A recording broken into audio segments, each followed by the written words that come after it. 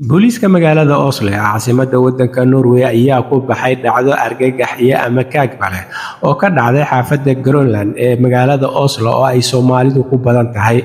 Booliiska ayaa lagu soo wargeliyay haweeney meyd ah oo ku jirta mid ka mid ah wiishashka guryaha ku yaala xaafaddan Soomaalidu ku badan tahay ee Greenland, waxayna booliisku sheegeen inay si degdeg ah goobta ku gaareen. Haweeneydan 30 jirka ahna iyada oo meyd ah ay ka soo saareen wiishkii ay kaga jirtay mid ka mid ah guryaha ku yaala xaafadda Greenland. Booliiska ayaa bilaabay baaritaano xooggan ay ku sameynayaan meydka haweeneydan iyo sidoo kale wiishka laga helay iyo guriga laga helay iyo goobaha kaag dhow xaafaddan Greenland ee ay Soomaalidu ku badan tahay.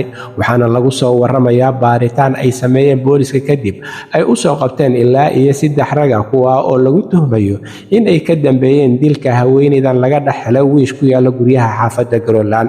Waxayna booliiska magaalada Oslo qeexeen in 3 qofood ee loo soo qabtay dambigan dilka ah ay horay u muuq iyo magac yaqaaneen, haddana ay ku jiraan xabsiga. Baaritaanana ay ku socdaan, mid ka midana wax laga weydiiyey faldambiyeedkan inkastoo uu iska inkiray. Waxayna booliisku sheegeen in ay jirtay aqoon ka dhaxaysay 2 ka mid ah 3dan la soo qabtay iyo haweeneydan 30 jirka ah ee ay ku dhex dileen wiishka. Waxaana lagu soo waramayaa in 3 nin ee loo soo qabtay dilka haweeneydan ku noolayd xaafadda Greenland ee magaalada Oslo ay 3duba yihiin ama ay ku jiraan da'da 30-meeyada, haddana ay ku jiraan xabsiga magaalada Oslo loona soo taagi doono maxkamad. Madaxa qaybta booliiska ee dambi baarista dambiyada culus ee magaalada Oslo, Ano Alrik, ayaa ku waramayso in ay hadda baaritaan culus wadaan kaamirooyinka iyo sidoo kalena waraysiyo kala duwanna ay ka wadaan kiiskan ku saabsan 3 nin ay u soo qabteen in ay ka dambeeyeen dilka haweeneydan.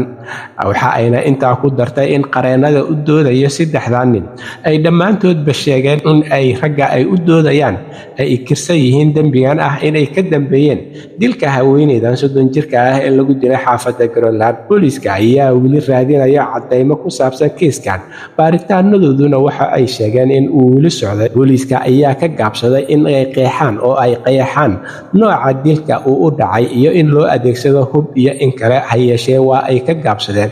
Waxayna sheegeen inay baaritaanada weli socdaan oo aysan faahfaahin dheeri ah ka bixi karin hadda. Arrintan ku saabsan dilalka, dhacdooyinka dhaca, sidoo kale dhibaataynta loo geysanayo dadka qaar ayaa ku sii badanaya magaalooyin badan oo dalka Norway ah, haba ugu badnaatee magaalada Oslo ee caasimadda waddanka Norway, kuwaasoo ay ku lug leeyihiin dad dhalinyaro ah oo ay da'doodu u dhaxayso 15 ilaa 30 jiro. Halka warka kiisa ugu doorkaroon uu idinkaga imaanayo waa Somali Voice Norway ama codka Soomaaliyeed ee Norway. Waxaana idinla socodsiinayay aniga oo Cabdullaahi Shiine.